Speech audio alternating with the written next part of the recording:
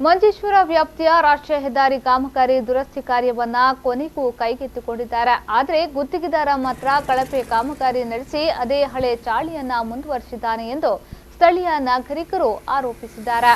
ಕಾಮಗಾರಿ ನಡೆಯುತ್ತಿರುವ ಸಂದರ್ಭ ರಾಷ್ಟ್ರೀಯ ಹೆದ್ದಾರಿ ಇಲಾಖೆಯ ಇಂಜಿನಿಯರ್ ಸ್ಥಳದಲ್ಲಿ ಇರಬೇಕಾಗಿದ್ದರೂ ಗುತ್ತಿಗೆದಾರ ಇಂಜಿನಿಯರ್ ಜೇಬು ತುಂಬಿಸಿರುವ ಬಗ್ಗೆ ಊರವರು ಶಂಕೆಯನ್ನ ವ್ಯಕ್ತಪಡಿಸಿದ್ದಾರೆ. ಈ ಬಗ್ಗೆ ಸುದ್ದಿಗಾರರು ರಾಷ್ಟ್ರೀಯ ಹೆದ್ದಾರಿ ಇಲಾಖೆಯ ಇಂಜಿನಿಯರ್ ಅನ್ನ ದೂರವಾಣಿ ಮೂಲಕ ಸಂಪರ್ಕಿಸಿದಾಗ ಏನು ಚಿಂತಿಸುವುದು ಬೇಡ, ಈ ಹೆದ್ದಾರಿ 5 ವರ್ಷದ ಗ್ಯಾರಂಟಿ ಇರುವುದಾಗಿ ಹೇಳಿದ್ದಾರೆ. ಆದರೆ ತಲಪಾಡಿಯಿಂದ ಇದೀಗ ಹೊಸೂರು ತನಕ ಹೆದ್ದಾರಿ ಕಾಮಗಾರಿ ಬಹುತೇಕ ಪೂರ್ಣಗೊಂಡಿದ್ರು 5 ವರ್ಷದ ಗ್ಯಾರಂಟಿಯ ರಸ್ತೆಯ ಡಾಮರು ಎದ್ದು ಹೊಂಡ ಸೃಷ್ಟಿಯಾಗಿದೆ.